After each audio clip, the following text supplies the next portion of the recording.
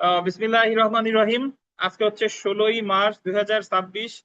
আমাদের Bangladesh bar council preliminary ব্যাচের দেওয়ানি কার্যবিধির ষষ্ঠ ক্লাস, এবং আজকে আমরা আলোচনা করব দেওয়ানি কার্যবিধির আদেশ 2। দেখেন, গতদিন আমরা আদেশ 1 আলোচনা করেছিলাম। আদেশ 1-এ আমরা পড়েছিলাম মকদ্দমার পক্ষরা। একাদেশে বলছে মামলায় দুইটা পক্ষ থাকে, বাদী পক্ষ, বিবাদী পক্ষ। তারপরে একাদেশে আমরা পড়েছিলাম যে মানে জয়েন্ট আপনার উপযুক্ত necessary parties and proper parties, প্রয়োজনীয় পক্ষ কি, উপযুক্ত পক্ষ কি। তারপরে আমরা পড়েছিলাম কোন মামলায় প্রয়োজনীয় পক্ষ বা উপযুক্ত পক্ষ যদি পক্ষভুক্ত না হয় তাহলে সেটাকে বলে নন জয়েন্ডার। আর যাকে পক্ষভুক্ত করা দরকার তাকে না করে যদি আরেকজনকে করে সেটাকে বলে মিস জয়েন্ডার, নাকি? অতঃপর আমরা পড়েছিলাম যে নন জয়েন্ডার বা বিস জয়েন্ডারের কারণে কোনো মামলা কি হবে না, ব্যর্থ হবে না। এরপরে আমরা পড়েছিলাম একাদেশের 10-এর 1-এ ভুল বাদীর নামে মামলা করলে আদালত নিজে স্বপ্রণোদিত হয়ে ওই বাদীরে এডিশন, সংযুক্ত বা স্থলাভিষিক্ত, সাবস্টিটিউশন করতে পারে। এটা শুধুমাত্র আদালত স্বপ্রণোদিত হয়ে মামলার যে কোনো পর্যায়ে। অতঃপর আমরা পড়েছিলাম একাদেশের 10-এর 2 বিধিতে যেখানে মামলার যে কোনো পক্ষ কর্তন, স্ট্রাইকিং আউট বা সংযুক্ত বা এডিশনও করতে পারে। এটা আদালত স্বপ্রণোদিত হয়ে পারে বা পক্ষগণের আবেদনের ভিত্তিতেও পারে। এবং আমরা পড়েছিলাম যে যদি মামলায় কোনো বিবাদী নতুন ভাবে পক্ষভুক্ত করা হয় তাহলে আরজি অবশ্যই সংশোধন করতে হবে, মনে আছে কিনা? আর নন জয়েন্ডার বা মিস জয়েন্ডার বিরুদ্ধে প্রতিকার হলো একাদেশের 13 বিধিতে আপত্তি দেওয়া। কি দেওয়া বলেন? আপত্তি দেওয়া। এই আপত্তি দিতে হবে সম্ভাব্য প্রথম সুযোগে বা বিচার্য বিষয় নির্ধারণের সময় অথবা তার পূর্বে। এটা একাদেশের কত বিধি? 13 বিধি। একাদেশের 13 বিধি। এবং সর্বশেষ গতদিন আমরা যেটা পড়েছিলাম একাদেশের 8 বিধি, যেটা হচ্ছে রিপ্রেজেন্টেটিভ সুট বা প্রতিনিধিত্বমূলক মামলা। প্রতিনিধিত্বমূলক মামলায় আবেদন করা বাধ্যতা, মানে আপনি অনুমতি চাওয়া বাধ্যতামূলক, অনুমতি দিবে কি দিবে না এটা কি বিবেচনামূলক। বুঝতে পেরেছেন? আজকে আমরা পড়বো ফ্রেম অফ সুট বা মকদ্দমা গঠন।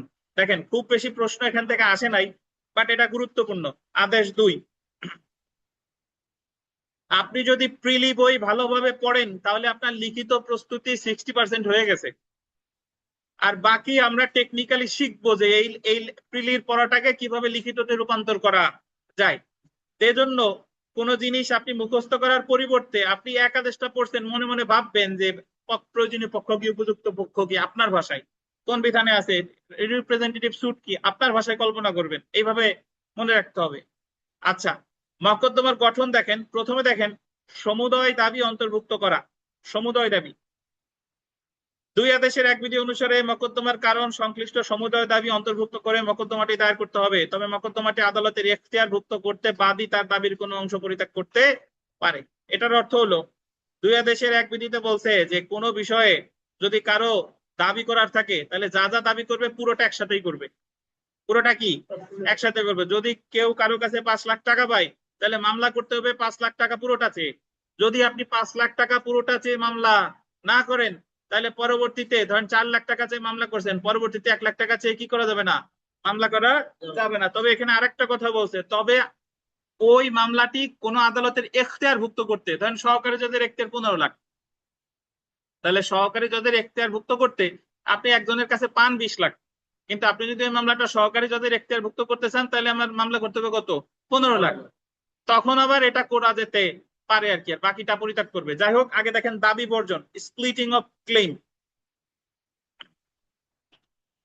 অন্যদিকে 2 আদেশের 2 বিধি অনুসারে যে ক্ষেত্রে বাদী তার কোনো অংশ, আন্ডারলাইন করবেন, মকদ্দমায় বর্জন করে বা পরিত্যাগ করে, সেক্ষেত্রে উক্ত বর্জনকৃত বা পরিত্যক্ত দাবির জন্য পরবর্তীতে মকদ্দমা দায়ের করতে পারবে না। ওই যে একটু আগে বললাম যে যা প্রতিকার চাওয়ার একবারে চাইতে হবে, যদি না চান সেটা পরবর্তীতে আর চাওয়া যাবে না। তো দেখেন, যে ক্ষেত্রে বাদী মকদ্দমার কারণ সংশ্লিষ্ট একাধিক প্রতিকার দাবি করার অধিকারী, সেক্ষেত্রে বাদী এমন সকল প্রতিকার বা এরূপ প্রতিকারে যে কোনোটির জন্য মকদ্দমা দায়ের করতে পারে। কিন্তু যদি সে আদালতের অনুমতি ব্যতীত, আদালতের অনুমতি ব্যতীত এই সকল প্রতিকারের মধ্যে যদি কোনো দাবি বা প্রতিকার বর্জন করে তবে সে পরবর্তীতে বর্জনকৃত কোনো প্রতিকারের জন্য মকদ্দমা দায়ের করতে পারবে না। বুঝেন নাই? আমি উদাহরণ দিই তাহলে বুঝবেন। শুনেন, বলছে কি যে একজনের কাছে আপনি 5 লাখ টাকা পান, তাহলে আপনার মামলা করতে হবে কয় লাখ টাকা চেয়ে, 5 লাখ টাকা চেয়ে। 3 লাখ টাকা চাইছেন, পরে আর 2 লাখ টাকা চাই মামলা করতে পারবেন না। তবে কথা আছে, যদি আদালতের কাছ থেকে অনুমতি নিয়ে নেন যে রনার আমি এই মুহূর্তে 3 লাখ চাচ্ছি আর বাকি 2 লাখের জন্য পরবর্তীতে মামলা করবো, এবং আদালত যদি অনুমতি দিয়ে থাকে তাহলে আবার পরবর্তীতে কি করা যাবে, দায়ের করা যাবে। বাট আদালত যদি অনুমতি না দেয় তাহলে কিন্তু পরবর্তীতে দায়ের করা যাবে। দেখেন, তো তাহলে আমার জায়গা 2, 3 বিধি মনে না রাখলেও চলবে, মূল মূল ফ্যাক্টটা মনে রেখেন। 2-এর 2 এবং 2-এর 3 বিধিতে দাবি বর্জন নিয়ে আলোচনা করা হয়েছে, তবে 2-এর 2 এবং 2-এর 3 বিধির মধ্যে পার্থক্য আছে। একটি দাবির সমুদয় অংশ দাবি না করে কোনো একটি অংশ বাদ দেওয়া হলে সেক্ষেত্রে 2-এর 2 প্রযোজ্য হবে, আর উক্ত বর্জনকৃত দাবির জন্য পরবর্তীতে মকদ্দমা দায়ের করা যাবে না। অন্যদিকে একাধিক দাবির ক্ষেত্রে কোনো একটি দাবি আদালতের বল দিবেন অনুমতি ব্যতীত পরিত্যাগ করলে উক্ত ক্ষেত্রে 2-এর 3 প্রযোজ্য হবে এবং পরিত্যাগকৃত দাবির বিষয়ে পরবর্তীতে মকদ্দমা দায়ের করা যাবে না। আমি একটু 2-এর 2, 2 আদেশের 2-এর 2 আর 2 আদেশের 2-এর 3 পার্থক্য বোঝাই, শুনেন, সংক্ষেপে মনে রাখেন। 2 আদেশের 2 হলো আপনার একটাই চাওয়া, একজনের কাছে 10 লাখ টাকা পান, তাহলে ওই 10 লাখ টাকা পুরোটাই চাইতে হবে। যদি 8 লাখ চান পরবর্তীতে 2 লাখ চাইতে পারবেন না। এটা হলো 2-এর 2, বুঝছেন? আর 2-এর 3 হলো কারো কাছে আপনার একাধিক প্রতিকার আছে। এখন একাধিক প্রতিকার 5টা প্রতিকার আছে, 5টার ভিতর 3টা চাইছেন, 2টা আপনি চান নাই, তাহলে পরবর্তীতে আর চাওয়া যাবে না। 2-এর 3 উদাহরণ হলো একজনের কাছে আপনি 5 বছরের ভাড়া পান, 2001, 2002, 2003, 2004, 2005। এখন শুধু আপনি 2001, 2, 3 বছরের ভাড়ার জন্য মামলা করছেন, বাকি 2 বছরের জন্য করেন নাই, তাহলে পরবর্তীতে ওই 2 বছর আর চাইতে পারবেন না। এটা হলো 2-এর 3। কারণ আপনি যদি বলেন স্যার তাহলে 2-এর 2 আর 2-এর 3 তো একই না, একই রকম না। 2-এর 2 হলো কি সমুদয় দাবি, এক চাই, অনেকগুলো প্রতিকার নাই। প্রতিকার আছে কয়টা? এক চাই, একটা হইলে আপনার পুরোটাই চাইতে হবে। আর 2-এর 3 কি আপনার চাওয়া ছিল কতগুলো? অনেকগুলো, অনেকগুলোর ভিতর কিছু চাইছেন কিছু চাই নাই, সেক্ষেত্রে হলো কত? 2-এর 3।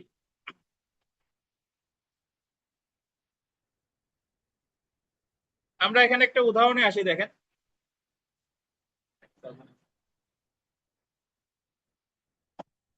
এই উদাহরণ দুটা পড়লে ক্লিয়ার হবেন। দেখেন, এ বি কে অগ্রিম 2200 টাকা ঋণ দিছে। এ ঋণ দিছে কারে? বি রে। কত টাকা? 2200 টাকা। মকদ্দমাটি এক্স নামক আদালতের এখতিয়ারভুক্ত করতে এ বি এর বিরুদ্ধে 2000 টাকার মকদ্দমা দায়ের করছে। কোন একটা নির্দিষ্ট আদালতের অন্তর্ভুক্ত করতে মামলা করছে কত টাকার? 2000 টাকার। বাট তার চাওয়ার সুযোগ ছিল কত? 2200। পরবর্তীতে এ বি এর বিরুদ্ধে উক্ত অবশিষ্ট 200 টাকার জন্য মকদ্দমা দায়ের করতে পারবে না।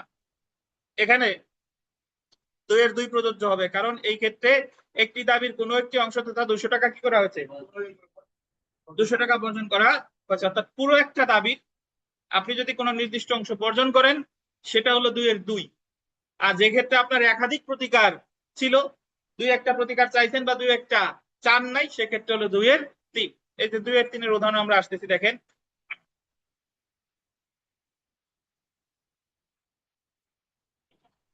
এ তার বাড়ি বি কে বার্ষিক 1200 টাকায় ভাড়া দেয়। মানে এ ভাড়াটে হলো বি, কত টাকায় ভাড়া দিছে?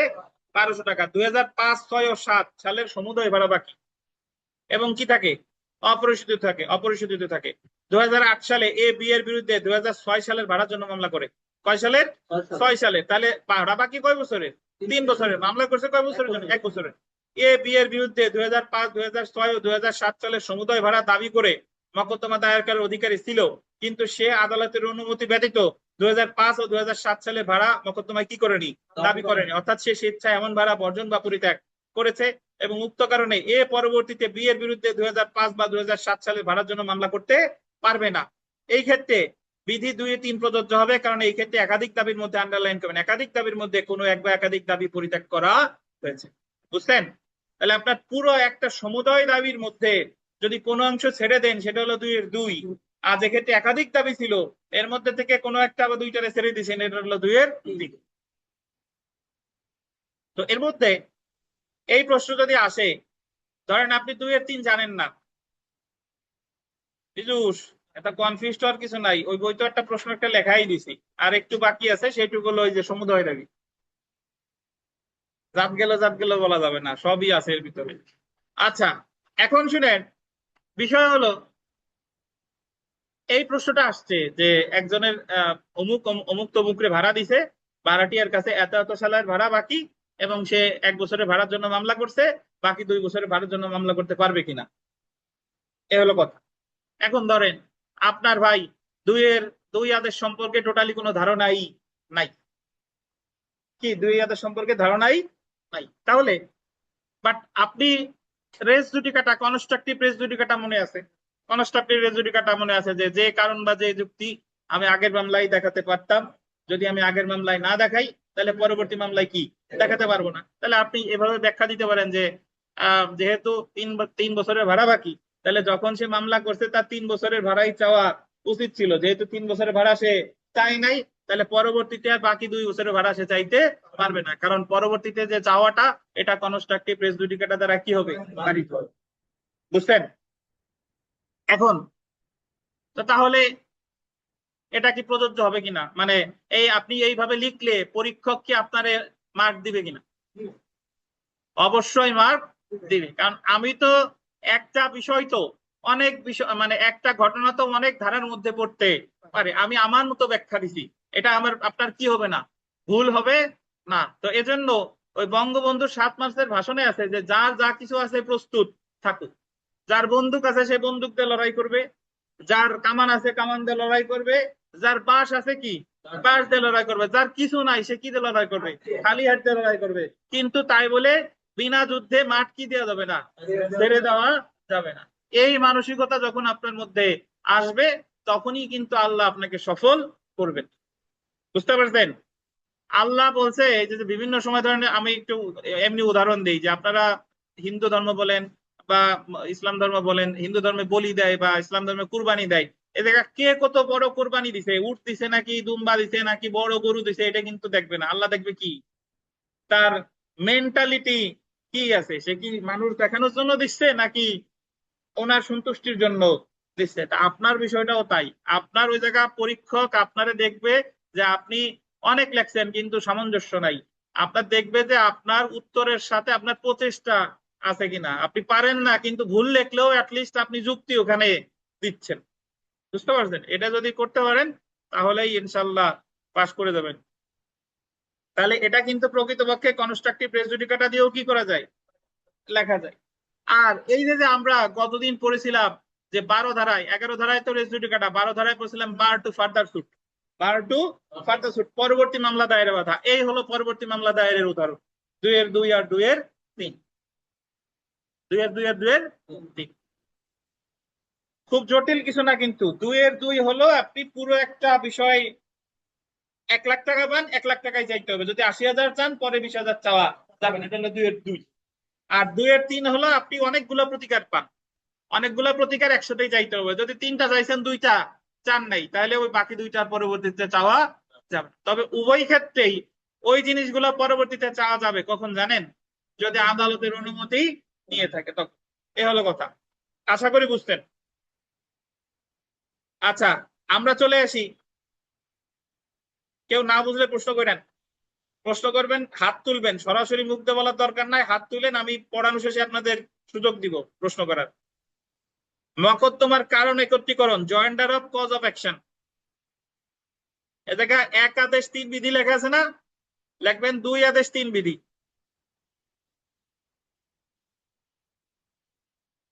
মকদ্দমার কারণ একত্রীকরণ।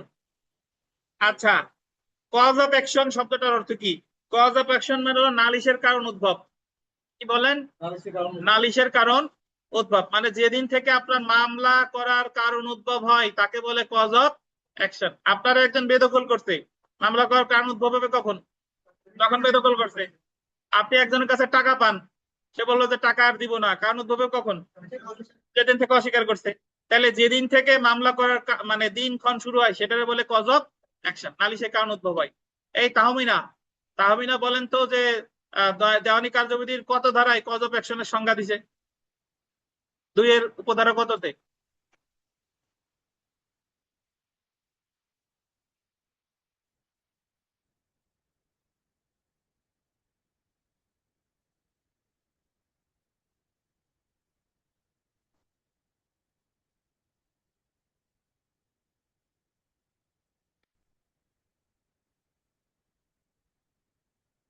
পূর্ণ কত, দুই দেশের তিন বিধি, কজ অফ অ্যাকশন, সংজ্ঞা দিছে, কজ অফ অ্যাকশনের সংজ্ঞা। ওমর ফারুক, এই পিপাস ভাই, কজ অফ অ্যাকশনের সংজ্ঞা কত? দুই দেশের তিন না, দুই দেশ তিন না, সংজ্ঞা কি দুই দেশের তিনে দিছে? নির্মল সোনা তো নোট করে পড়ে, নির্মলের নিশ্চয়ই এটা গোচরীভূত আছে, কজ অফ অ্যাকশনের সংজ্ঞা দুইয়ের কততে আছে।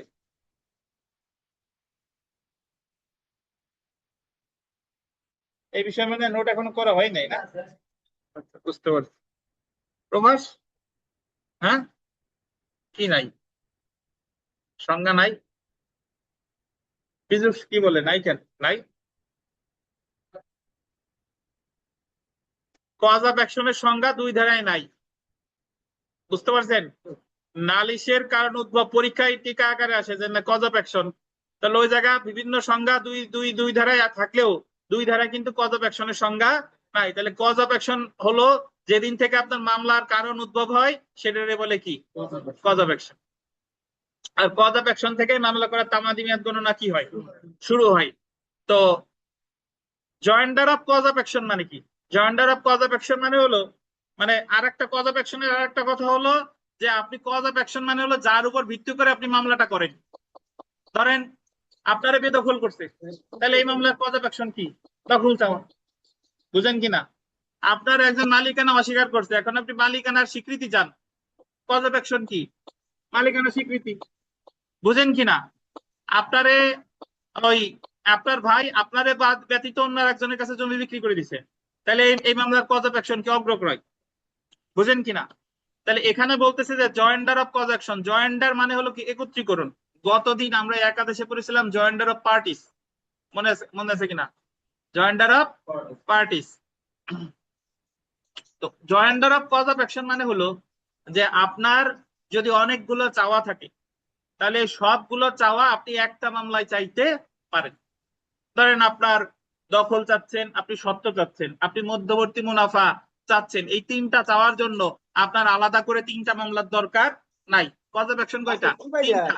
এই তিনটা জিনিসই কয় মামলায় চাওয়া যাবে? এক মামলায় চাওয়া যাবে। দখলের জন্য আলাদা মামলা, সত্ত্বের জন্য আলাদা মামলা, মধ্যবর্তী মুনাফার জন্য আলাদা মামলার প্রয়োজন নাই। বুঝলেন কিনা? এখন সব চাওয়া কিন্তু এক ধরনের মামলায় চাওয়া যায় না। কিছু কিছু মামলা আছে যে এই নির্দিষ্ট ধরনের চাওয়াই ওই একসাথে চাওয়া যায়, কিন্তু অন্য কিছু হইলে আবার যায় না। ধরেন আপনি দখল চাইছেন, সত্ত্ব চাইছেন, এই দুইটা ম্যাচ করে। মধ্যবর্তী মুনাফা চাইছেন, এটাও কি আছে? ঠিক আছে। কিন্তু সাথে দেখা গেল আপনি চাইছেন অগ্রক্রয়, সাথে দেখা গেল কি? অগ্রক্রয়। এখন আদালত বলবে যে এই চারটা জিনিস একসাথে চাওয়া যায় না, তুমি তিনটা একসাথে চাইতে পারবে, আর অগ্রক্রয়ের জন্য তোমার আলাদা কি করতে হবে? মামলা করতে হবে। বুঝতে পারছেন? তাহলে জয়েন্ডার অফ কজ অফ অ্যাকশনের কথা হলো যে আপনার যে কারণের কারণে মামলাটা করা, এই কারণ যদি একাধিক কারণ হয়, তাহলে একাধিক কারণের জন্য একাধিক মামলা না করে কি সব কারণ যুক্ত করে একটা মামলা করা যেতে পারে। তবে আদালত যদি মনে করে যে না, এই সবগুলোর বিচার একসাথে করা যাচ্ছে না, তখন আদালতের নির্দেশেও আলাদা কি মামলা করতে পারে। এই যে দেখেন, দুই দেশের তিন বিধিতে মকদ্দমার কারণ একত্রীকরণ সম্পর্কে আলোচনা করা হয়েছে। তিন বিধি অনুসারে বাদী একটি মকদ্দমায় একাধিক কারণ একত্রীকরণ করতে পারে, অর্থাৎ একটা মামলায় বাদী শুধু একটাই চাওয়া না, অনেকগুলো জিনিস কি করতে পারে? চাইতে পারে। জেনে রাখা ভালো। দেখেন, এক মকদ্দমায় একত্রীকরণ কোনো কারণ যদি সুবিধাজনক ভাবে বিচার বা একত্রে নিষ্পত্তি করা না যায়, আন্ডারলাইন করেন, এক মকদ্দমায় একত্রীকরণ কারণ যদি, দেখছেন মানে এক মামলায় আপনি অনেক কিছু চাইছেন কিন্তু সবকিছু একসাথে কি করা যাচ্ছে না, নিষ্পত্তি করা যাচ্ছে না, সেই ক্ষেত্রে আদালত এমন একত্রীকৃত কারণ সমূহ পৃথক বিচারের জন্য আদালত আদেশ দিতে পারে, মে অর্ডার ফর সেপারেট ট্রায়ালস। বুঝছেন? মানে আদালত যদি দেখে যে আপনি অনেকগুলো কারণ একত্রে করে আদালতে মামলা করছেন, কিন্তু আদালত দেখতেছে যে সবগুলা কারণ একসাথে কি করা যাচ্ছে না, বিচার করা যাচ্ছে না, তাহলে তাহলে আলাদা বিচারের নির্দেশ দিতে পারে। ওই যে গতকাল আমরা পড়ছিলাম, গত লাস্ট ক্লাসে মনে আছে কিনা আপনাদের, যে বাদী পক্ষভুক্ত আবেদন করছে, কিন্তু আদালত যদি দেখে যে বাদী পক্ষভুক্ত হইলে মামলা বিলম্ব হতে পারে, তাহলে বলতে পারে আলাদা বিচারের নির্দেশ দিতে পারে। ব্যাপারটা সেরকম।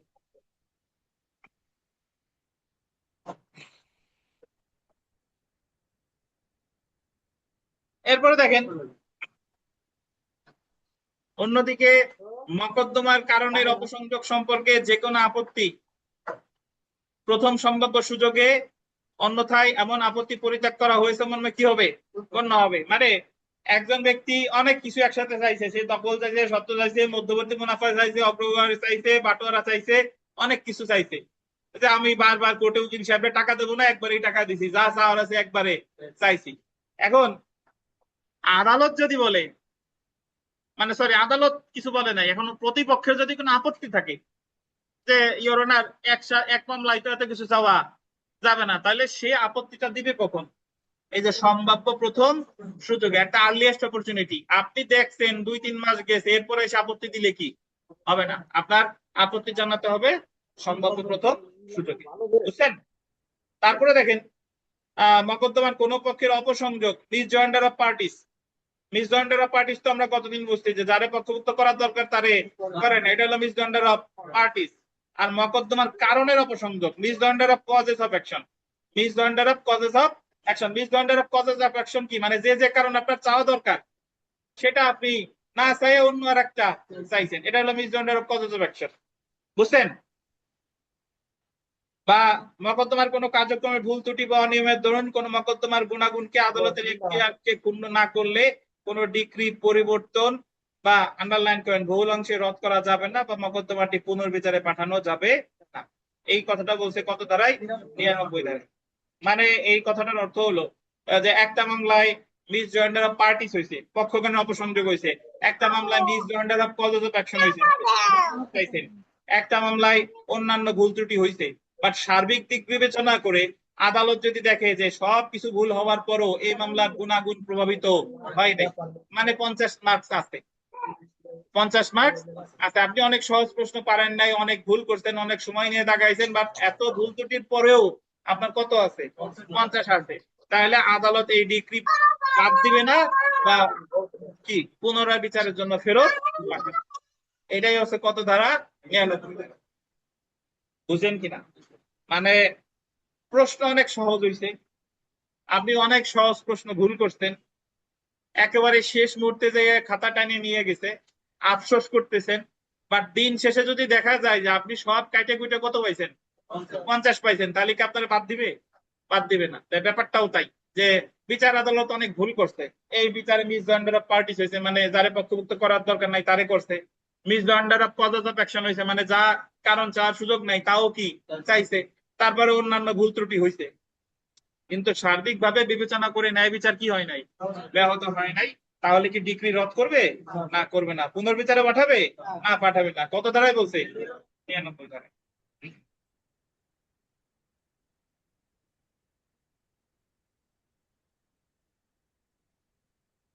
আচ্ছা দেখেন, তো তাহলে এখানে একটা প্রশ্ন দেখেন, পুরাতন বইতে নাই, পুরাতন বইতে আমি লিখে দিয়েছিলাম, এটা প্রশ্ন না পড়লেও হয় যে 1200 টাকা ভাড়ায় ওই যে ভাড়া 3 বছরের বাকি 2 বছরের চাইছে বা 1 বছরের চাইছে, পরবর্তীতে বাকিটা চাওয়া যাবে কিনা? বাকিটা চাওয়া যাবে না। 5 নম্বর প্রশ্ন দেখেন, মকদ্দমায় কারণের অপসংযোগ বিষয়ে আপত্তি, কারণ মানে কারণের অপসংযোগ বিষয়ে objection as to misjoinder of causes of action, কততে 2 আদেশের কত? 7। এই ধরনের আসবে না। যেটা ইম্পর্টেন্ট সেটা হলো 6 নাম্বার, কারণের অপসংযোগ বিষয়ে আপত্তি দিতে হবে কখন? প্রথম সম্ভাব্য সুযোগে বা বিচার্য বিষয় নির্ধারণ সময় অথবা তার পূর্বে। তাহলে অধিকাংশ জায়গায় আপত্তি যা আছে প্রথম সম্ভাব্য সুযোগে বা বিচার্য বিষয় নির্ধারণের সময় অথবা তার পূর্বে। বলেন তো আর কোথায় কোথায় আছে? 21 ধারায় আছে। আর কোথায় আছে? 22-এ আছে। আর কোথায় আছে? একাদশের 13 বিধিতে হয়েছে জয়েন্ডার আর মিস জয়েন্ডারের বিরুদ্ধে। এই কে বুঝেন নাই বলেন, যা বললাম কে কোথায় বোঝেন নাই আবার প্রশ্ন করেন দ্রুত।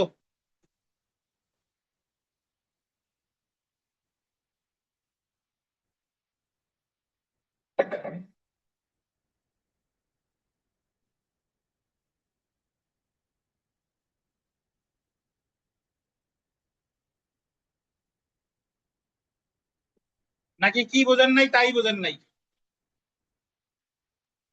জি স্যার। আচ্ছা, কি বোঝেন নাই তাই যদি না বুঝেন ধৈর্য ধরেন, ক্লাস রেকর্ডটা এখান তাইলে বুঝবেন। দুই আদেশের কথা খুব সিম্পল, সেটা হলো আমি বিধি টিধি ছাড়া বুঝাই, শুনেন। মামলার গঠন, দুই আদেশের টাইটেল কি? মামলার গঠন। দুই আদেশে বলছে যে আপনার যদি সম্পূর্ণ প্রতিকার চাওয়ার সুযোগ থাকে পুরোটাই চাইবেন, আপনি কোনো অংশ বাদ দিলে বাকি অংশটুকু পরে আর চাইতে পারবেন। এটা হলো 2-এর 2। আর 2-এর 3-এ বলেছে যে যদি আপনার অনেকগুলো প্রতিকার চাওয়ার সুযোগ থাকে তাহলে সবগুলো একসাথে চাইতে হবে। 5টা চাইছেন, 2টা চান নাই, পরবর্তীতে 2টা চাইতে পারবেন না। এটা হলো কত? 2-এর 3। তো মনে রাখার সহজ তরিকা, 10 লাখ টাকা পাই, 8 লাখ চাই মামলা করা যাবে না, তাহলে বাকি 2 লাখ পরবর্তীতে চাইতে পারবো না। এটা হলো 2-এর 2। আর একজনের কাছে 3 বছরের ভাড়া বাকি, 1 বছরের ভাড়া চাইছি, তাহলে বাকি 2 বছরের ভাড়া পরবর্তীতে কি চাওয়া যাবে না। এটা হলো কত? 2-এর 3। এইটুকু তো বুঝতেন? আচ্ছা, এরপরে আমরা পড়ছি যে আপনার joinder of causes of action. Joinder of causes of action মানে হলো যে আপনার যতগুলো প্রতিকার আপনি চাইছেন, অনেকগুলো প্রতিকার একসাথে চেয়ে মামলা করতে পারেন। তবে যে প্রতিকার আপনার চাওয়ার দরকার ছিল না বাট তারপরেও আপনি চাইছেন, এটা বলে misjoinder of causes of action. আর misjoinder of causes of action সম্পর্কে আপত্তি দিবে কখন? সম্ভাব্য প্রথম সুযোগে বা বিচারিত বিষয় নির্ধারণের সময় অথবা তার পূর্বে, নাকি? এই তো কথা। কি মামা, কিছু বলবেন? এই হলো প্রশ্ন। 2-এ অতটুকু মনে রাখলে হবে। তাহলে আমরা একের টাইটেল পড়ছি মামলার পক্ষ, আর 2-এর টাইটেল কি? মামলার গঠন। আমরা চলে এসে 3 আদেশ আসেন।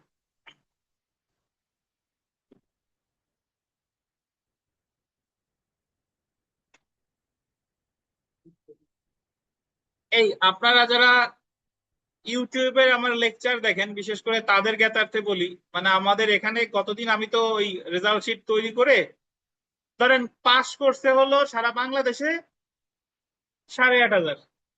এর ভিতরে আমি কিন্তু খুব ক্ষুদ্র একটা পোর্শন পড়াইছি, মানে আমার এই জায়গা থেকে পাস করছে 100 জনের, 101 জনের মতো। তার ভিতর ভাইবা দিছিল যারা, তাদের ভিতর মাত্র 3 জন অকৃতকার্য হয়েছে। তার মানে আমাদের পাশের হার কিন্তু মানে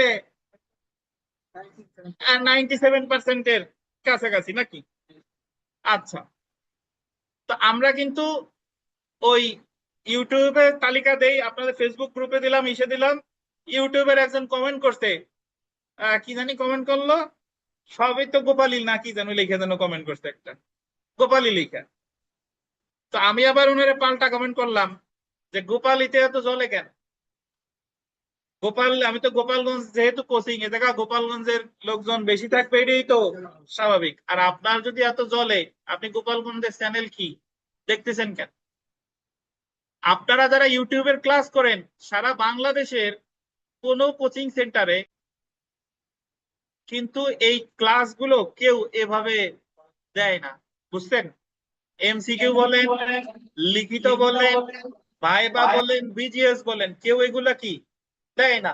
এবং আমি কিন্তু আপনাদের ভালোবাসি, ইউটিউবে যারা আছেন, যে আমাদের এই লেকচার দেখে কেউ যদি বিন্দু মাত্র উপকৃত হয় তাহলে সেখানেই আমার সার্থকতা।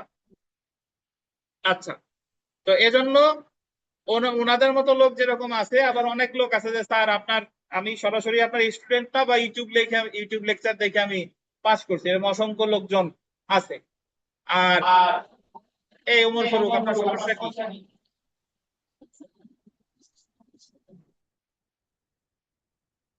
আর একটা কথা হচ্ছে যে মানুষ কোচিং করতে ঢাকা যায়, আর আমরা এই জায়গায় আমাদের এই ক্ষুদ্র শিক্ষা প্রতিষ্ঠানে এই অনলাইনে যারা আছে আপনাদের সাথে করে, এই জায়গায় কিন্তু ইসলামিক ইউনিভার্সিটি কুষ্টিয়া আছে, রাজশাহী ইউনিভার্সিটি আছে, কালকে একজন চিটাগং ইউনিভার্সিটির এক ভাই অ্যাডভোকেট হয়েছে, তারপরে ঢাকা ইউনিভার্সিটির এলএলবি অনার্স এলএলএম ও আপনারা কিন্তু তাদের সাথে প্রতিযোগিতা করেন। তো এর জন্য মানুষ ভালো জিনিসের মূল্যায়ন নাই। গোপালগঞ্জ পানাই আপনার মনে হয় যে এটা কি যেন হচ্ছে, কে আমরা কি বাংলাদেশি না? গোপালগঞ্জ আপনি, এই যাদের গোপালগঞ্জ নিয়ে যারা এই আজে বাজে কথা বলেন, তারাই হচ্ছে আজে বাজে, বুঝতে পারছেন? আর এরকম যদি কেউ থাকেন তাহলে আমার ক্লাস আপনারা দেখবেন না। এই ইউটিউবে যারা আছে গোপালগঞ্জ নিয়ে যাদের জলে, তারা সনি খানের ক্লাস কি করবেন না, শেষ। আর আমি বঙ্গবন্ধু শেখ মুজিবুর রহমানের কট্টর সমর্থক, এটাও শুনে নেবেন। কট্টর সমর্থক মানে আমি আমলিক করি না, কিন্তু আমার আদর্শ বঙ্গবন্ধু শেখ মুজিবুর রহমান। আমার ফেসবুক ছবি যাই দেখেন। তো এই জন্য এ সবকিছু মিলে গিয়ে যদি মনে চায় যে স্যারের কথা শুনবো তাই শুনবেন, নাইলে নাই, শেষ। দেখেন, আসেন আমরা স্বীকৃত প্রতিনিধি এবং প্লিডার, রিকগনাইজড এজেন্ট অ্যান্ড প্লিডার্স, আদেশ 3 বলছে, এটা ইম্পর্টেন্ট, মানে আপনার একটা দেওয়ানি মামলা কয়ভাবে পরিচালিত হতে পারে, বুঝতেন? একটা দেওয়ানি মামলা কয়ভাবে পরিচালিত হতে পারে। তো একটু পড়ি দেখেন, আপনাদের অনেকের পুরাতন বইতে এই অংশটুকু নাই, বাট শুধুমাত্র এইটুকুর জন্য নতুন বই কিনতে যাবেন না। আমি আবারও বলি, বিমল সাহেব নতুন বই কিনবেন না, পীযূষ কিনবেন না, যাদের কিনতে নিষেধ করছি তারা কিনবেন না। আপনাদের যদি কেনার দরকার হতো আমি বলতাম যে কিনেন, আর যারা কিনবেন তারা দিনেশের মতো বেশি বুঝেন। দেখেন, আদালতে যে কোনো হাজিরা দেওয়া, আবেদন দাখিল করা বা কোনো কার্য নিম্নলিখিত ভাবে সম্পন্ন করতে পারে। কি কি দেখেন?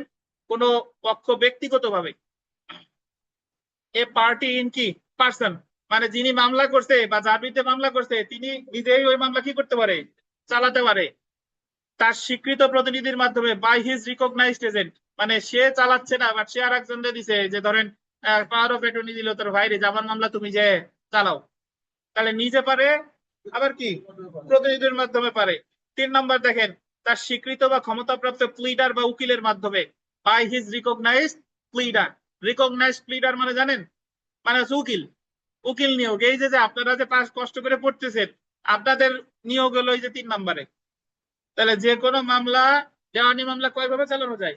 3 ভাবে, নিজে, প্রতিনিধির মাধ্যমে, আর কি আইনজীবীর মাধ্যমে। এই জায়গায় দেওয়ানি কার্যবিধিতে কিন্তু কোথাও অ্যাডভোকেট শব্দ বলে নাই, বলছে কি প্লিডার। গভর্নমেন্ট প্লিডার কততে আছে? 2-7। আর শুধু প্লিডার কততে? 2-15। মনে থাকে যেন। তো অনেকের মনে প্রশ্ন আসতে পারে, স্যার একা একা মামলা চালানো যায়? হ্যাঁ, অবশ্যই যায়, যদি আপনার ওই সম্পর্কে জ্ঞান থাকে। এই যে সেম উদাহরণ দিতে হয়, আমার এক স্টুডেন্ট আছে ভারতের বনগা বাড়ি, গোবিন্দ চন্দ্র মালি, ইউটিউবে যে কমেন্ট করে, স্যার ভারতের বনগা থেকে দেখতেছি। তো সেই লোক তো তার নিজের মামলা নিজে চালায়, আবার ভারতে থেকে আমাদের এই আইনের লেকচার দেখে। এবার বিভিন্ন সময় আমার হোয়াটসঅ্যাপে নক করে, স্যার এই বিষয়ে কি হবে, এই বিষয়ে কি আছে। তাহলে আপনার যদি জ্ঞান থাকে, আপনি অ্যাডভোকেট না কিন্তু আপনার এই বিষয়ে কি জ্ঞান আছে, তাহলে আপনি আপনার নিজের মামলা কি করবেন, পরিচালনা করতে পারবেন। সুতরাং দেওয়ানি কার্যবিধির 3 আদেশ কোনো ব্যক্তিকে নিজের মাধ্যমে, তার প্রতিনিধি বা উকিলের মাধ্যমে আদালতে হাজিরা দিতে বা আবেদন দাখিল করতে বা কোনো কার্য করার কি দিয়েছে, অধিকার দিয়েছে। এখন আমরা চলে আসি স্বীকৃত প্রতিনিধি, রিকগনাইজড এজেন্টস। স্বীকৃত প্রতিনিধি বলতে নিম্নলিখিত ব্যক্তিগণকে অন্তর্ভুক্ত করবে, এবং কোন পক্ষ নিজে আদালতে হাজিরা দিতে বা আবেদন দাখিল করতে বা কোনো কার্য নিম্নলিখিত স্বীকৃতি প্রতিনিধির মাধ্যমে করতে পারে। এখন আপনাদের মনে হইতে পারে, স্যার স্বীকৃতি প্রতিনিধিকে, উক্ত কাজ করতে আন্ডারলাইন করবেন আম মুক্তার নামার মাধ্যমে যাকে ক্ষমতা দেওয়া হয়েছে। আম মুক্তার নামা মানে হলো পাওয়ার অফ অ্যাটর্নি। যাদের বইতে নাই তারা লিখবেন যে একটা মামলা 3 ভাবে পরিচালনা করা যায়, নিজে, প্রতিনিধির মাধ্যমে, আর কি আইনজীবীর মাধ্যমে। এ কথা শেষ। তাহলে এখানে প্রতিনিধি বলতে কিভাবে নিয়োগ দেওয়া হয়েছে? আপনার অনেকে আম মুক্তারনামা বুঝেন না, বাট পাওয়ার অফ অ্যাটর্নি বুঝেন। পাওয়ার অফ অ্যাটর্নি মানে হলো আপনি আপনার যে কাজ করার ক্ষমতা আছে, এই কাজটা করার ক্ষমতা কি আর একজনের উপর অর্পণ করছেন, এটারই কি বলে পাওয়ার অফ অ্যাটর্নি। নির্মল বিদেশে চলে গেছে, সকল ক্ষমতা দিয়ে গেছে পিপাস ভাইনরে, পাওয়ার অফ অ্যাটর্নি। তাহলে নির্মলের প্রতিনিধিকে পিপাস ভাই, খুশি হয়েছে নির্মল। দেখেন, তারপরে দেখেন, আদালতের এখতিয়ারাধীন এলাকায় বসবাস করে না এরূপ পক্ষের তরফে হাজিরা দিতে, আবেদন দাখিল করতে বা কোনো কার্য সম্পাদন করতে ক্ষমতাপ্রাপ্ত অন্য কোনো প্রতিনিধি না থাকলে উক্ত ব্যক্তির পক্ষের ব্যবসা বা বাণিজ্য পরিচালনা করে এমন স্বীকৃত প্রতিনিধি হিসেবে গণ্য হবে। দরকার নাই, জাস্ট বুঝেন যে স্বীকৃত প্রতিনিধি মানে তার কোনো প্রতিনিধি, এতটুকু মনে রাখলেই হবে। সবশেষে দেখেন প্লিডার বা উকিল নিয়োগ, বিধি 4। প্লিডার বা উকিল নিয়োগ, দেওয়ানি কার্যবিধির 3 আদেশের 4 বিধিতে প্লিডার বা উকিল নিয়োগের বিধান আলোচনা করা হয়েছে। কততে? 3 আদেশের কত বিধি? 4 বিধিতে। এটা ভিভিআই পরীক্ষায় প্রশ্ন আসবে, উকিলের নিয়োগ আছে কত আদেশের কত বিধি? 3 আদেশের 4 বিধি। এমন নিয়োগ অবশ্যই মকদ্দমার পক্ষগণ কর্তৃক বল দিবেন, লিখিত এবং স্বাক্ষরিত হতে হবে। এমন নিয়োগের ক্ষেত্রে আম মুক্তারনামা থাকতে হবে। এখন আপনি বলতে পারেন, স্যার উকিল নিয়োগের ক্ষেত্রে আবার আম মুক্তারনামা কি? ওকালতনামা।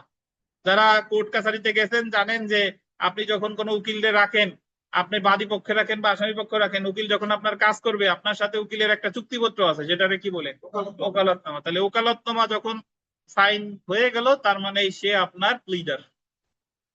তাহলে এক আদেশে পড়লাম কি মামলার পক্ষ, দুই আদেশে কি মামলার গঠন, তিন আদেশে কি উকিল নিয়োগ।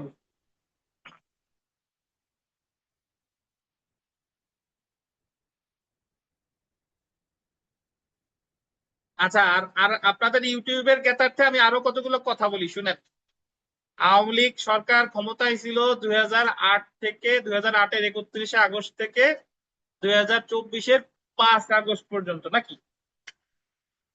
এই আমলে আমার বাড়ি গোপালগঞ্জ, আমি 11 বিজিএস থেকে 16 বিজিএস পর্যন্ত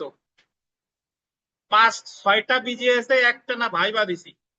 বিজিএস সম্পর্কে যার ধারণা নাই, বাংলাদেশ জুডিশিয়াল সার্ভিস 100 মার্কের প্রিলি হয়, 1000 মার্কের রিটেন হয়। তার মানে আমি 6বারে পরীক্ষা দিছি, 6000 মার্কের রিটেন, ভাইবা দিছি 6বার। আমার বাড়ি গোপালগঞ্জ, আমার চাকরি হয় নাই।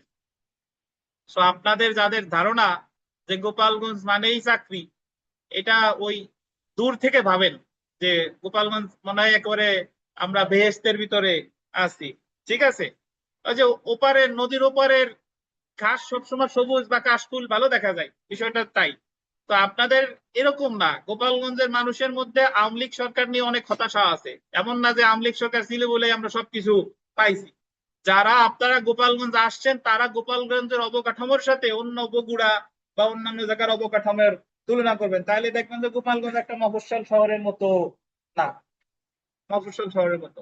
তো এগুলো ওই যে এখন এটা হাইলাইট হয়েছে কেন? হাইলাইট হয়েছে যে গোপালগঞ্জের পুলিশ সব জায়গা, পুলিশের মাথা, ঢাকা শহরে এসআই কনস্টেবল সব জায়গা, তার মানে গোপালগঞ্জ মানেই মনে হয় চাকরি, গোপালগঞ্জ মানেই চাকরি। আমি কয়েকশো জনের নাম বলতে পারবো এরা এখনো বেকার অবস্থায় আছে, আমার বন্ধু বান্ধব আওয়ামী লীগের রাজনীতি করছে আজীবন, বিভিন্ন জায়গা করছে, এখন উল্টা আরো জেলের মধ্যে আছে, চাকরি বাকরি তো কোনো জায়গা হয়ই নাই, উল্টা আরো আছে এর ভিতরে।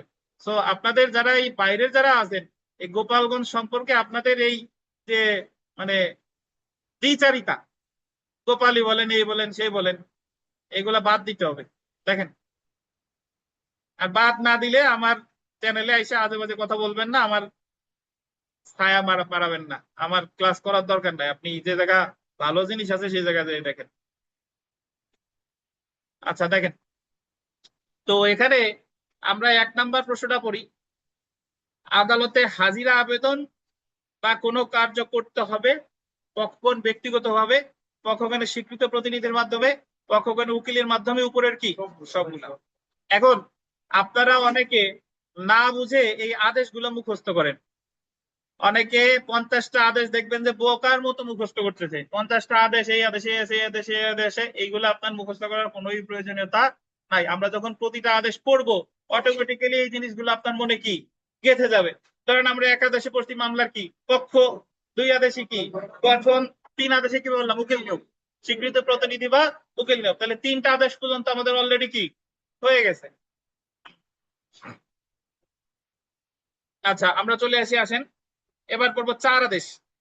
4 আদেশের এই এই পেজ পড়বো না, সরাসরি চলে আসেন ওই যে মকদ্দমা দায়ের, মকদ্দমা দায়ের ইনস্টিটিউশন অফ সুট, ধারা 26, আদেশ কত 4, ধারা 26 আদেশ 4।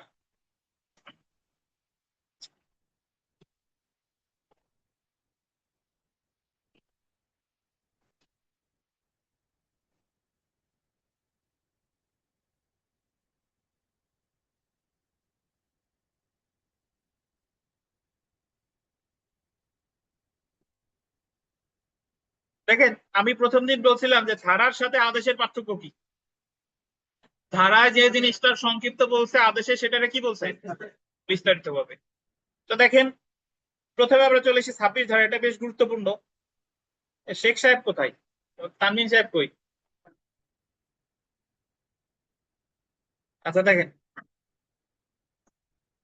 আমাদের একজন কিন্তু ভাই ভাই ফেল করছে, তারে নাকি মেয়ে ওনার জিজ্ঞেস করছে যে সে ভালো পারে, এখন কি যেন তার সাথে এরকম হলো জানি না, তার নাম হলো শেখ সুমি। তো তারে জিজ্ঞেস করছে নাকি যে ভাই বাতে যে গোপালগঞ্জ তোমার নাম, আপনার নাম কি শেখ সুমি, গোপালগঞ্জ কি শেখ ছাড়া কেউ নাই? এইটাই উল্টা পাল্টা করা বলছে আর কি। পুরো কথা আমি জানি না, গতদিন আমার বলতে স্যার আমার তো রোল আসে নাই। আমি কি বলেন, আপনি তো এই হয়েছে। আমি বললাম যাক, হতাশ হয়েন না, ধৈর্য ধারণ করেন, আগামীবার ইনশাল্লাহ হয়ে যাবে আর কি। দেখেন তো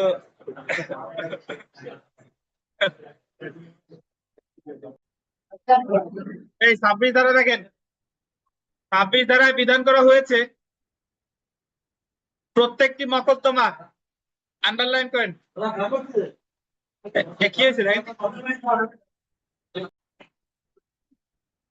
26 ধারাটা যদি একটু দেখি, প্রত্যেক মকদ্দমা আরজি পেশ করে বা নির্ধারিত অন্য কোনো পদ্ধতিতে দায়ের করতে হবে।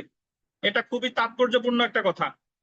এখানে বলা আছে যে প্রত্যেকটি মকদ্দমা, একটা জিনিস খেয়াল করেন, ফৌজদারিতে বলে মামলা, কেস, আর দেওয়ানিতে বললে মকদ্দমা, সুট। তাহলে এখানে বলেছে যে প্রতিটি মামলা দায়ের করতে হবে আরজি পেশ করে। কিসের মাধ্যমে? আরজি পেশ করে বা নির্ধারিত অন্য কোনো পদ্ধতিতে, বা আদালত যদি অন্য কোনো পদ্ধতি নির্ধারণ করে দেয় সেই পদ্ধতিতে। ইংরেজিটা দেখেন, every suit shall be instituted by the presentation of plaint or in such other manner as may be prescribed. তাহলে আরজি কিভাবে দায়ের করা যায়, মানে সরি, মামলা কিভাবে দায়ের করা যায়? আরজি দাখিলের মাধ্যমে বা অন্য কোনো নির্ধারিত পদ্ধতিতে। কত ধারায় বলছে? 26 ধারায়। এখন এখানে ধারা 26-এর উপধারা 2 যোগ করছে, আগে উপধারা 2 ছিল না। 2025 সালে সংশোধনী হয়েছে, সেখানে 26-এর উপধারা 2 যোগ করছে। এটা একটু লেখেন যে প্রত্যেক আরজির বিষয় 26 ব্র্যাকেটে 2 দিয়ে লেখেন, 26 ব্র্যাকেটে 2।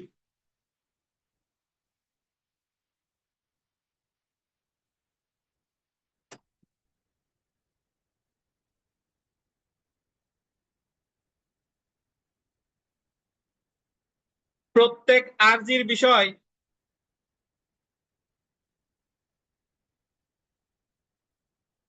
বা ঘটনা সমূহ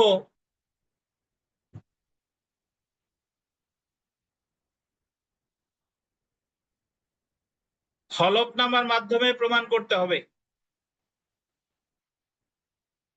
প্রত্যেক আরজির বিষয়,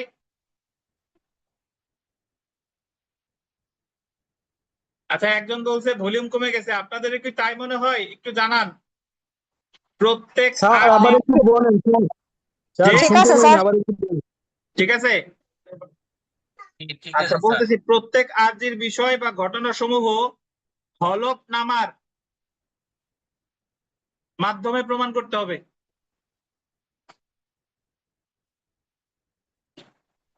ব্র্যাকেটে লেখেন সংশোধনী 2025, সংশোধনী 2025।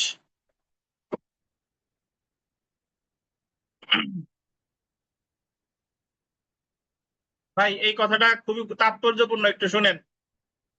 আপনারা জানেন, আমি একটু ব্যাখ্যা দেই যে ফৌজদারি কার্যবিধি আমরা পড়ে এসেছি। ফৌজদারি মামলা যখন সিআর মামলা করে, তো তখন ওখানে 3টা কলাম থাকে, বাদী, আসামি, সাক্ষী, মানে কে কে সাক্ষী তাদের নাম থাকে, বুঝতেন? কিন্তু দেওয়ানি মামলার ক্ষেত্রে বাদী আর বিবাদীর নাম থাকে, সাক্ষীর নাম কিন্তু থাকে না। তাহলে সাক্ষী হলো পরবর্তীতে সমন দিয়ে তাদের ডাকে, বা মানিত সাক্ষী কারা কারা পরবর্তীতে নির্ধারিত হয়। তাহলে মনে রাখবেন যে আরজির সাথে কি থাকে না? সাক্ষীর নাম থাকে না, এটা বুঝে নিয়েন।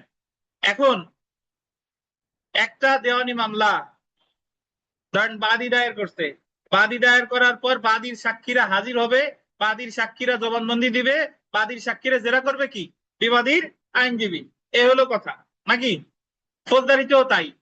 কিন্তু দেওয়ানি মামলা যেহেতু একটি লেংদি প্রসেস, অনেক সময় ধরে হয়, এটারে এর বিচার প্রক্রিয়া ত্বরান্বিত করার জন্য, ত্বরান্বিত মানে হলো দ্রুত করার জন্য নিয়ম করলো যে এখন থেকে 2025 সাল থেকে যখন আরজি দিবে, আরজির সাথে সাথে যারা যারা সাক্ষ্য দিতে চায় তাদের সাক্ষ্য হলফনামা মানে এফিডেভিটের মাধ্যমে দিয়ে দিবে। মানে ওই যে এক্সামিনেশন চিফ সাক্ষী আদালতে দাঁড়ায় যে কথাগুলো বলবে, এই কথাগুলো এখন কিসের মাধ্যমে দিবে? হলফনামার মাধ্যমে তারা মামলা দায়েরের সাথে সাথেই কি বলে দিবে। তাহলে সাক্ষী যদি 10 জন হয়, 10 জনের হলফনামা আরজির সাথে সাথে কি দিয়ে দিবে। তাতে ওই সাক্ষীদের কথা কি ওই জায়গায় আদালতে আর আলাদা করে বিচারকের কি লেখা লাগবে না, ওইটা তো চলে গেল। বরং ওই সাক্ষীরা আবার বিচারের সময় আদালতে হাজির হলে আসামি পক্ষের আইনজীবী তাদের কি করবে? জেরা করবে।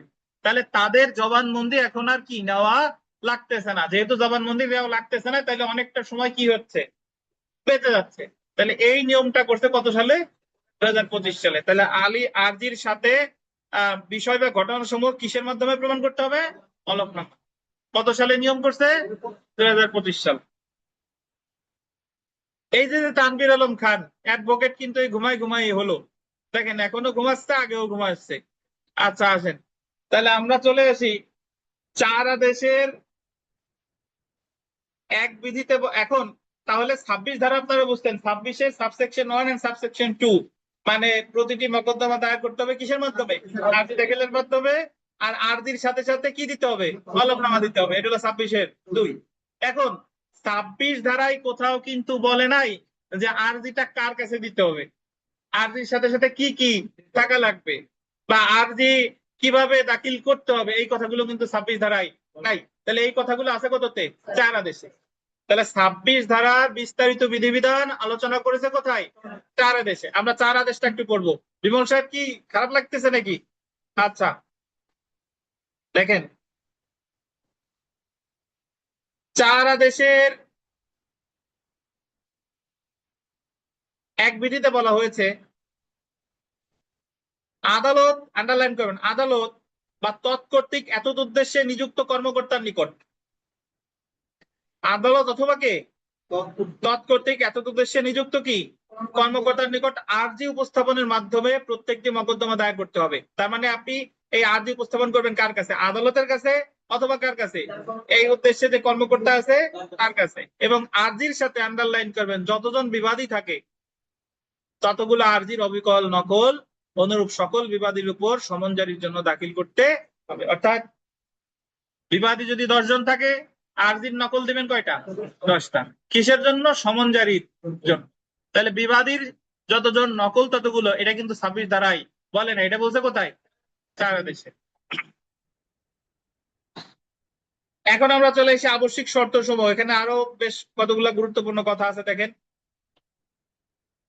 আদালত আরজি গ্রহণের জন্য উপযুক্ত কর্মকর্তার নিকট আরজি, আদালত বা আরজি গ্রহণের জন্য নিযুক্ত কর্মকর্তার নিকট আরজি দাখিল করতে হবে। এটা আমরা জানি।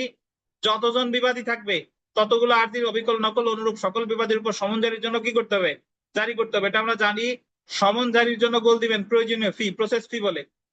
সমন জারি করার জন্য যে ফি লাগে, প্রসেস ফি, আরজি দাখিলের সময় কি করতে হবে? দাখিল করতে হবে।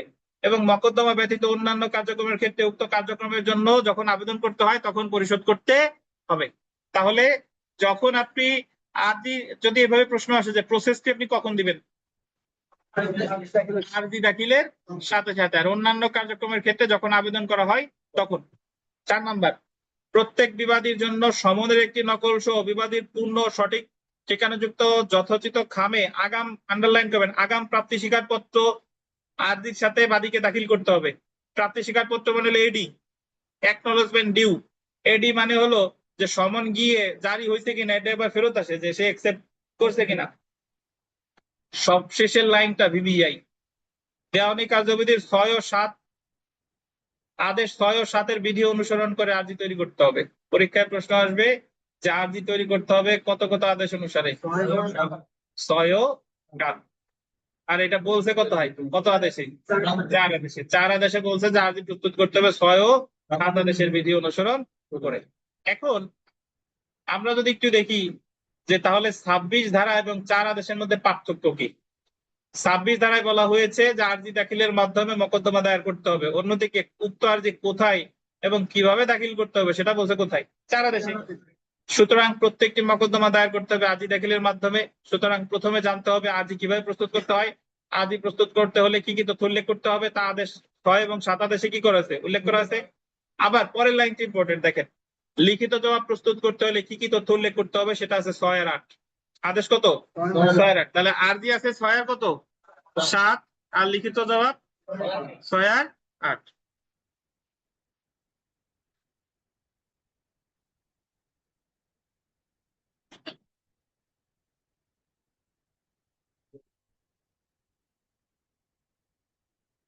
আচ্ছা, আমরা সমন সম্পর্কিত বিধান আছে কত আছে? 5 আদেশে। তাহলে এই সেলফ প্র্যাকটিসের 2 নাম্বার প্রশ্নটা পড়েন। Every suit shall be instituted by the presentation of plaint or in such other manner as may be prescribed. কত? 26 ধারা। বাকি সবশেষে 7 নম্বর প্রশ্নটা দেখেন। দেওয়ানি কার্যবিধির কোন আদেশ অনুসরণ করে আর্জি প্রস্তুত করতে হবে? 6 ও কত? 7। যদি বলতো লিখিত জবাব 6 ও 8। তাহলে আমরা আজকে 3টা আদেশ করলাম। দেখেন, প্রথম আদেশ করছি মামলার গঠন, আদেশ কত? 2। স্বীকৃতি প্রতিনিধি 3। মকদ্দমা দায়ের কত? আদেশ 4। কোন প্রশ্ন আছে কিনা কারো বলেন?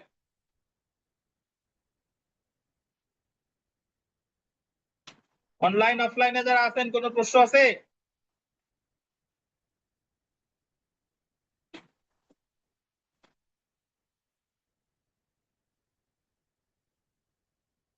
আসেন আমরা 6 আদেশ, যেহেতু সময় আছে, আর একটু পড়ি।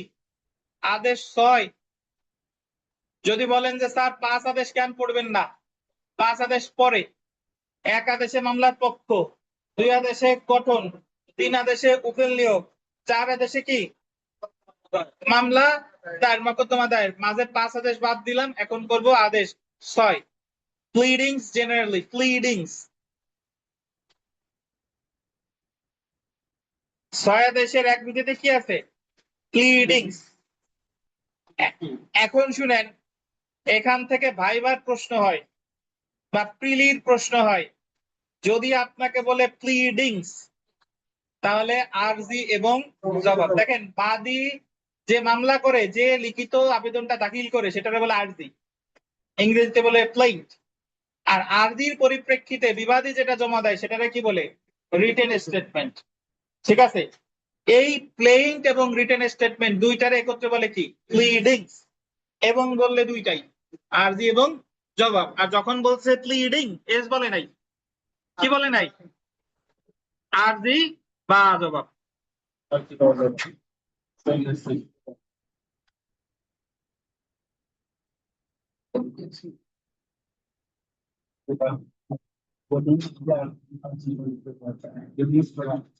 বুঝছেন? তাহলে লিখে রাখতে পারেন, প্লিডিংস মানে কি? আরজি এবং জবাব। যদি বলে এস, তাহলে এবং। আর যদি বলে প্লিডিং এস নাই, তাহলে কত? আরজি বা জবাব।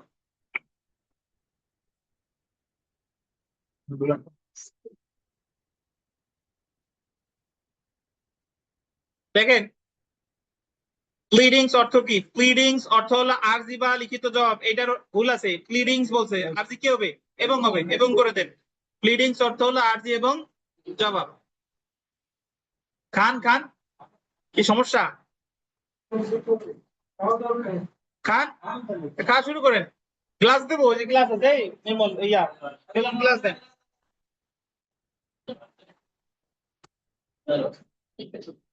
আচ্ছা দেখেন, pleading shall mean plaint or written statement. কি হবে? প্লেইন্ট এন্ড হবে। কি বলেন? এন্ড। আর যদি প্লিডিংস এর রেসটা কেটে দেন, তাহলে আবার বাদ বাকি সব ঠিক আছে। বাদীর প্লিডিংস হলো আরজি এবং বিবাদীর লিখিত, বিবাদীর প্লিডিংস হলো লিখিত জবাব। বাদীর আরজি বা বিবাদীর লিখিত জবাব একত্রে প্লিডিংস নামে পরিচিত। আরজি হলো বাদীর দাবি সম্বলিত কোনো লিখিত বক্তব্য, যা দাখিলের মাধ্যমে দেওয়ানি মকদ্দমা কি করা হয়? দায়ের করা হয়। এখানে বাদী তার দাবি এবং দাবির সমর্থনে ঘটনা উল্লেখ করে।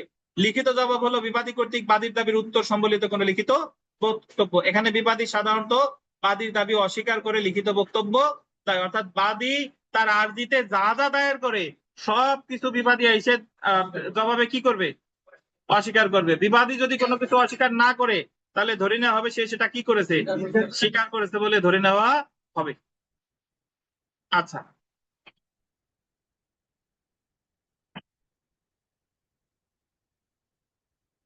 এখন এখানে আমরা একটা যে বিষয় দেখি যে প্লিডিং সম্পর্কে কিছু মৌলিক নিয়ম। মৌলিক নিয়মটা কি? এখান থেকে লিখিত পরীক্ষার প্রশ্ন আসে। দেখেন, প্লিডিংস এ শুধুমাত্র আন্ডারলাইন করে ম্যাটেরিয়াল ফ্যাক্টস উল্লেখ করতে হবে, মানে ঘটনা উল্লেখ করতে হবে। আইন বা সাক্ষ্য উল্লেখ করার প্রয়োজন নাই, ল বা এভিডেন্স উল্লেখ করার দরকার নাই। এই কথাটার অর্থ কি? এই কথাটার অর্থ হলো, আপনি প্লিডিংস এ, এই প্লিডিংস মানে হলো আপনার আরজি এবং জবাব। তো আরজিতে আপনি বলছেন যে আমি নির্মল, বিবাদী আমার কাছ থেকে অমুক তারিখে এত টাকা নিছে। অমুক তারিখ এত টাকা নিছে, এবং যেহেতু পরবর্তীতে সে দিতে চায়নি, অস্বীকার করছে, তারপর থেকে মামলা দায়েরের কারণ উদ্ভব হয়েছে এবং আমি মামলা দায়ের করলাম। ঘটনা থাকবে, কিন্তু প্লিডিংসে বলা যাবে না যেহেতু আমার টাকা সে নিয়ে ফেরত দেয় নাই, তাই এই আইনের এত ধারায় এই মামলা হবে, এই আইনের এত ধারায় আমি টাকা ফেরত পাওয়ার যোগ্য, বা বিচারিক নজির টজির এগুলো প্লিডিংসে কি দেওয়ার দরকার নাই, বুঝেন? অথবা প্লিডিংসে কখনোই থাকবে না যে এই মামলায় 1 নম্বর সাক্ষী এই বলছে, 1 নম্বর সাক্ষী টাকা ধার দেওয়ার সময় ছিল, 2 নম্বর সাক্ষী ছিল, তারা এই কথা বলছে। সাক্ষ্য কখনোই কিসে থাকবে না? প্লিডিংসে থাকবে না। তাহলে প্লিডিংসে কি থাকবে না? আইন থাকবে না। প্লিডিংসে কি থাকবে না? সাক্ষ্য থাকবে না। তাহলে প্লিডিংসে থাকবে শুধু কি? Material facts. বুঝছেন? এই যে পরের লাইনটা দেখেন, সয়াদেশের 2 বিধিতে বলা হয়েছে প্লিডিংস এর গুরুত্বপূর্ণ তথ্যাদি বর্ণিত হবে কিন্তু কোনো সাক্ষ্য বর্ণিত হবে না। এটা এখান থেকে লিখিততে প্রশ্ন আসে। Pleading to state material facts and not evidence. আলোচনা করুন। এই যে লিখিত পরীক্ষার প্রশ্ন, যে প্লিডিংস এ ম্যাটেরিয়াল ফ্যাক্টস থাকবে কিন্তু সাক্ষ্য থাকবে না, ব্যাখ্যা করুন। এই হলো প্রশ্ন। দেখেন, প্লিডিংস এ শুধুমাত্র গুরুত্বপূর্ণ ঘটনাদি উল্লেখ থাকবে। গুরুত্বপূর্ণ ঘটনাদি যার উপর ভিত্তি করে আবেদনকারী বা দরখাস্তকারী তার দাবি উত্থাপন করে বা আত্মপক্ষ সমর্থন করে সেই সব তথ্য প্লিডিংস এ উল্লেখ করতে হবে। বাদী তার অধিকার প্রতিষ্ঠার জন্য বা বিবাদী তার আত্মপক্ষ সমর্থন করে যে সকল তথ্য, ঘটনা বা বিষয় অবশ্যই গ্রহণ করবে সেগুলোই গুরুত্বপূর্ণ ঘটনা বলা হয়। যেমন সত্যের ভিত্তিতে দখলের মামলায় যে দলিলের ভিত্তিতে এমন সত্য দাবি করেছে উক্ত দলিলের প্রকৃতি বর্ণনা করা গুরুত্বপূর্ণ ঘটনা মর্মে গণ্য হবে। এত বোঝার দরকার নাই, জাস্ট বুঝেন প্লিডিংস এ ম্যাটেরিয়াল ফ্যাক্টস থাকবে, গুরুত্বপূর্ণ ঘটনা থাকবে, কি থাকবে না? আইন বা সাক্ষ্য থাকবে না। কথাটা বলছে সয়াদেশের কত বিধি? 2 বিধি। বিধি মনে থাকলো না থাকলো, বাট বিষয়টা মনে রাখেন। তো জেনে রাখা ভালো। দেখেন, প্লিডিংস এর তারিখ, টাকার পরিমাণ ও সংখ্যা অঙ্কে প্রকাশ করতে হবে। কি কি বলছে? প্লিডিংস এর যে তারিখ, যে এত সালের এত তারিখ, কথায় লিখলে লেখেন, আপত্তি নাই, বাট অবশ্যই থাকতে হবে কি? অঙ্কে।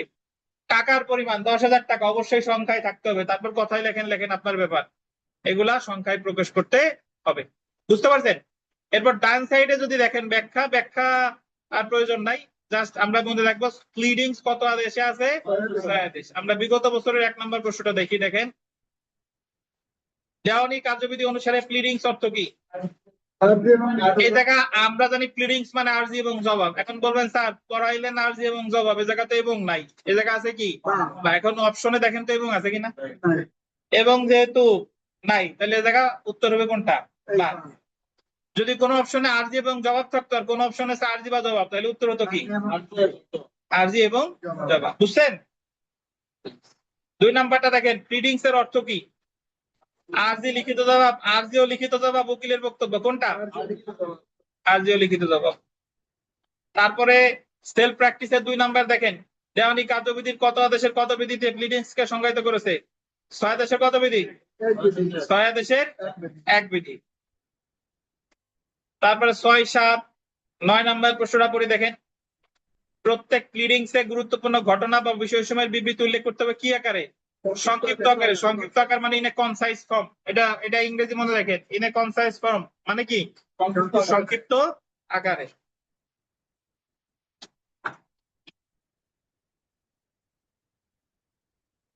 আজকে এই পর্যন্ত থাক। আগামীকাল আসেন, আগামীকাল আমরা 6 আদেশের 14 বিধি থেকে পড়বো। আর মাহে রমজান তো প্রায় আমাদের ছেড়ে চলে যাচ্ছে। রমজান মাস চলে গেলে আমাদের আবার ক্লাস বিকাল 4টা 30 থেকে বা 5টা থেকে বলে দিব, 4টা 30 অথবা 5টা। বুঝছেন? কালকে কোর্ট নাই। কাল থেকে যদি কোর্ট না থাকে তাহলে কালকে সকালে পড়েন, যদি সমস্যা না থাকে, নাহলে বিকেলেই পড়েন, আপনাদের ইচ্ছা।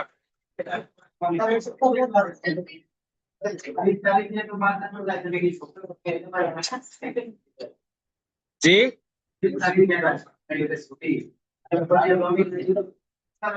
সুবিধা তো শোনেন, ছুটি তো ওই যে 2 দিন 5 দিন, এরপর থেকে পড়া চলবে 7 দিনে 7 দিন। তারপর রাত করে ইয়াবা খাই হেঁটে উড়াবেন, সমস্যা নাই। যার যার। আচ্ছা, দেখেন আগামীকাল ওই এই সময় আসেন, 3টার দিকেই আসেন, 3টার দিকে আসেন। স্যার আসসালামু আলাইকুম। হ্যাঁ, ওয়ালাইকুম আসসালাম। বলেন ভাই। স্যার রমজান মাসটা এই টাইমটা ঠিক রাখলে মনে হয় ভিটামিন পাওয়ার উপরে। বুঝতেছি না ভাই, আন্দাজ করে বলেন। বলছিলাম স্যার রমজান মাসে এখন যে সময়টা থেকে শুরু করতেছেন এটাই আমাদের জন্য ভালো হবে। ওরা একটু না যায়নি, হইচই হচ্ছে তো, আমি শুনতে পাচ্ছি না, একটু দাঁড়ান।